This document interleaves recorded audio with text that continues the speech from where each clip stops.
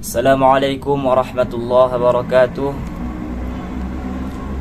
Alhamdulillahirabbil alamin wassalatu wassalamu ala asyrafil anbiya'i wal mursalin wa ala alihi wa sahbihi ajma'in. Amma ba'du. Nama saya Khairul Anwar Sitorus dari Fakultas Dakwah Prodi Komunikasi Penyiaran Islam. Dalam video kali ini saya akan membawakan satu tema yang berjudul mantuk dan mafhum. Mantuk. Pengertian mantuk adalah sesuatu yang ditunjukkan oleh lafaz pada saat diucapkannya, yakni bahwa penunjukan makna berdasarkan materi huruf-huruf yang diucapkan. Dalam kata lain, mantuk adalah makna yang tersurat. Di lain itu, ulama lanjut setelah Al-Faqir tadi menjelaskan tentang pengertian mantuk, kita akan lanjut, yaitu pembahasan tentang mafhum. Pengertian mafhum. Mafhum secara bahasa berarti yang dipahami dengan lafaz secara jelas dan mempunyai makna tersirat. Menurut Syekh Jalal Syamsuddin Al-Mahalli, mafhum adalah makna atau hukum yang ditetapkan. Artinya, teks-teks Al-Quran tidak hanya mengeluarkan dari teksnya, tetapi juga dapat mengeluarkan hukum dari kepemahaman teks tersebut. Mafhum juga memiliki berbagai macam. Macam yang pertama, mafhum mukhalafah. Mafhum mukhalafah ialah pemahaman kebalikan dari mantuk atau teks Al-Quran yang diucapkan. Contohnya, a'udzu billahi minasy syaithanir rajim, walladzina yarmunal muhsanati thumma lam ya'tu bi arba'ati syuhada fajtaliduhum thamanina jaldah. Artinya, orang-orang yang menuduh berzina terhadap perempuan yang baik-baik dan mereka tidak mendatangkan 4 orang saksi, maka deralah mereka, para penuduh-penuduh itu, dengan dera 80 kali. Dera di sini dimaksud cambuk. Quran surah An-Nur ayat 4. Ayat di atas menjelaskan orang-orang yang menuduh zina yang tidak mampu mendatangkan 4 orang saksi, maka harus dijilid 80 kali atau dicambuk 80 kali.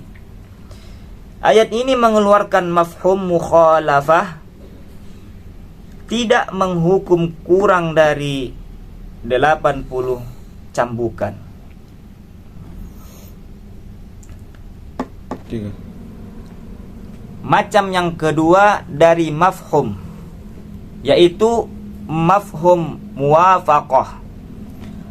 Hukum-hukum yang dikeluarkan dari kepemahaman teks-teks Al-Quran dengan pertimbangan kesamaan illat dari teks Al-Quran. 1. Fahwal khitbah. Fahwal khitbah adalah mafhum yang ilatnya lebih tinggi dari mantuk. Contoh, janganlah engkau mengatakan kepada kedua orang tua perkataan A, Quran surah Al-Isra ayat 23. Memukul orang tua itu diharamkan karena memiliki illat yang lebih tinggi dari berkata yang dilarang. Mungkin itu saja yang dapat Al-Faqir sampaikan dalam video kali ini, yaitu pembahasan tentang mantuk dan mafhum. Mudah-mudahan para pendengar mendapatkan ilmu dari apa yang Al-Faqir sampaikan. Mohon maaf apabila banyak kesalahan ataupun khilaf. Al-Faqir mohon minta dibukakan pintu maaf seluas-luasnya. Wabillahi taufik wa hidayah wabillahi taufik wal hidayah. Assalamualaikum warahmatullahi wabarakatuh. Usul fiqih membagi mantuk dalam beberapa kategori, yaitu nas, zahir, dan muawwal. Nas, mantuk nas adalah lafaz yang bentuknya sendiri telah menunjukkan makna yang dimaksud secara tegas, serta tidak mengandung makna lain. Contohnya, a'udzubillahi minasyaitonir rajim, fasiyamu thalathati ayyamin fil hajji wa sab'atin idza raja'tum tilka 'asyaratun kamilah. Artinya, maka wajib berpuasa di 3 hari dalam masa haji dan 7 hari ketika kamu telah pulang kembali. Itulah 10 hari yang sempurna.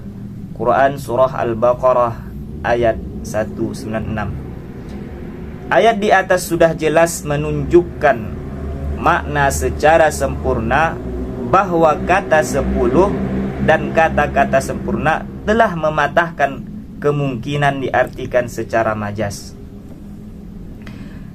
Mantuk dalam bentuk yang kedua, yaitu bentuk zahir, adalah lafaz yang menunjukkan suatu makna yang segera dipahami ketika ia diucapkan, tetapi disertai kemungkinan makna lain yang lemah. Contohnya, a'udzubillahi minasyaitonir rajim, wala taqrabuhunna hatta yatahurn.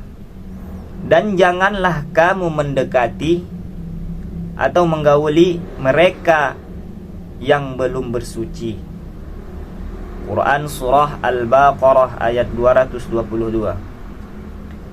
Suci pada ayat di atas bisa menunjukkan makna berhentinya haid, berwudu dan mandi. Namun penunjukan kata tuhur pada ayat tersebut lebih kuat atau rajih dengan berhentinya haid. Sedangkan makna berwudu dan mandi merupakan penunjukan yang lemah atau marju. Bentuk mantuk yang terakhir yaitu muawwal.